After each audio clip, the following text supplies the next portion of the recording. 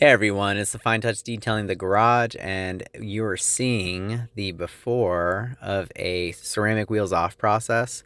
For this particular video, I really wanted to highlight the wet sanding that we performed on this truck. This is something that we don't always do, usually a client request only for some deep marring and scratching.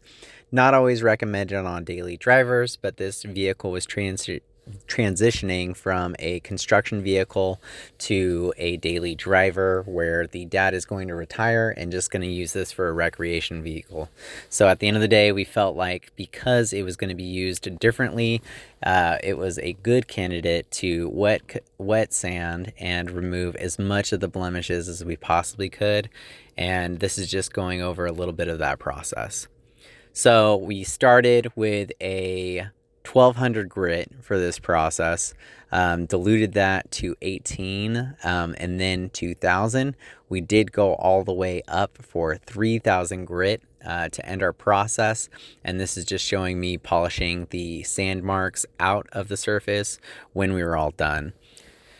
You're going to be able to see a few scratches definitely left behind. These are very, very deep scratches in the surface. We don't want to ruin the integrity of the clear coat necessarily and remove the depth. We always want to make sure we're leaving our client enough room for their clear coat to be polished again potentially.